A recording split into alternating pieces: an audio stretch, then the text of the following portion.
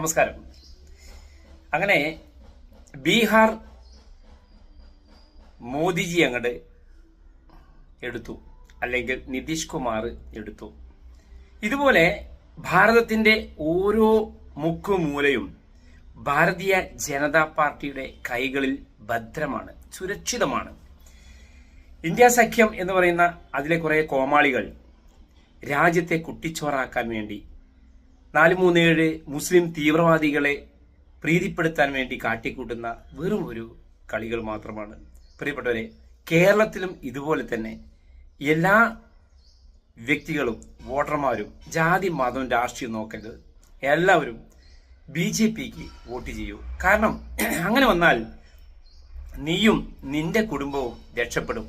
എന്ന് വെച്ചാൽ ഞാനും എൻ്റെ കുടുംബവും, നമ്മുടെയൊക്കെ കുടുംബവും രക്ഷപ്പെടണമെങ്കിൽ ഒരേ ഒരു മാർഗം, അന്ത്യം ശരണം ഭാരതീയ ജനതാ പാർട്ടി തന്നെയുള്ളൂ.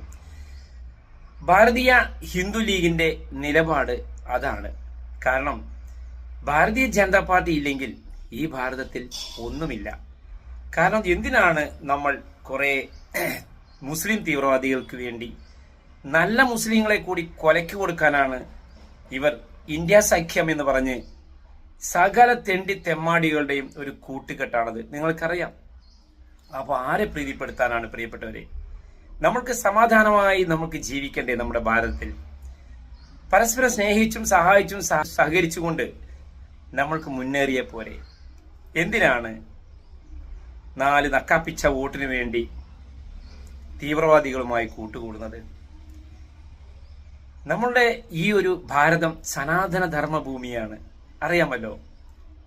ഇവിടെ എല്ലാവരും സ്നേഹത്തോടെ, സന്തോഷത്തോടെ, ഐക്യതയോടെ പരസ്പരം അങ്ങോട്ടും ഇങ്ങോട്ടും സ്നേഹിച്ചും സഹായിച്ചും ജീവിക്കാം നമ്മൾക്ക്. ജയ് ഭാരതീയ ഹിന്ദു ലീഗ്. നമസ്തേ.